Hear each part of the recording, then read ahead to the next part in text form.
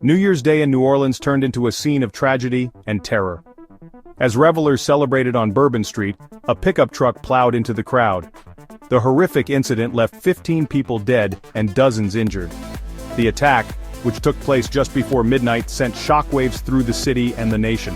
Witnesses described chaos and panic as the truck drove into the heart of the celebration. The iconic street, known for its vibrant nightlife and festive atmosphere, was instantly transformed into a scene of carnage. Emergency responders rushed to the scene, tending to the injured and transporting them to nearby hospitals. The attack left a trail of devastation, with debris and personal belongings scattered amidst the flashing lights of Bourbon Street. The joyous atmosphere of the new year was shattered, replaced by fear and disbelief. The attack marked a devastating start to 2025 for New Orleans. The city, known for its resilience and spirit, now faces the difficult task of healing and rebuilding. As investigators work to piece together the events leading up to the attack, the community mourns the loss of life and grapples with the trauma of this senseless act of violence. Authorities quickly identified the suspect as 42-year-old Shamsuddin Jabbar from Texas. Jabbar, a U.S. citizen and former Army veteran, was killed in a firefight with police shortly after the attack. Investigators discovered an ISIS flag inside his truck, raising concerns of a potential terrorist motive. Videos recorded by Jabbar before the attack were also recovered, revealing disturbing messages.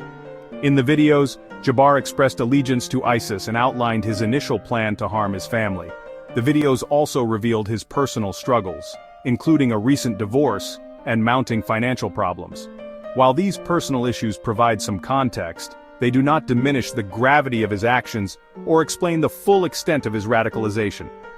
The FBI, now leading the investigation, is meticulously examining Jabbar's background. They are tracing his movements in the days leading up to the attack and scrutinizing his online activity for any clues about potential accomplices or a broader network of support. The discovery of the ISIS flag and his self-recorded videos has placed a spotlight on the ongoing threat of homegrown terrorism. The immediate aftermath of the attack saw an outpouring of grief and support for the victims. Among the deceased was Reggie Hunter, a beloved resident of Baton Rouge, known for his infectious laugh and kind heart. The attack also injured 2 Israeli citizens and a University of Georgia student, highlighting the international impact of this tragedy. The attack sent shockwaves through New Orleans, prompting immediate changes to security measures. The Sugar Bowl game, scheduled for New Year's Day, was postponed until Thursday as a safety precaution. City Hall remained closed to the public and airlines offered travel flexibility for those impacted by the tragedy. The attack also led to heightened security at other major events including the Peach Bowl in Atlanta and upcoming Super Bowl.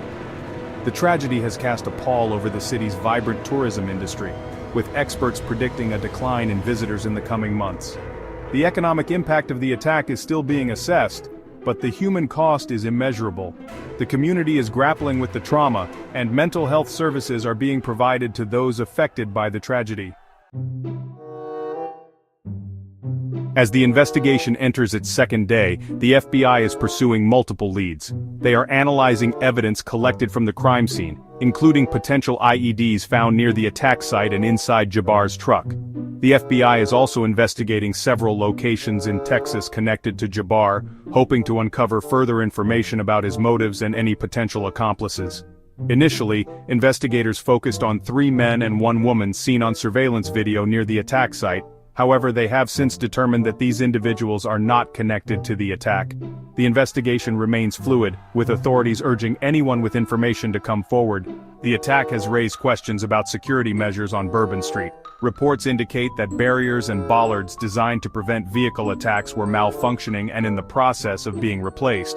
Jabbar reportedly drove onto the sidewalk to circumvent some of these barriers, highlighting potential vulnerabilities in the city's security infrastructure.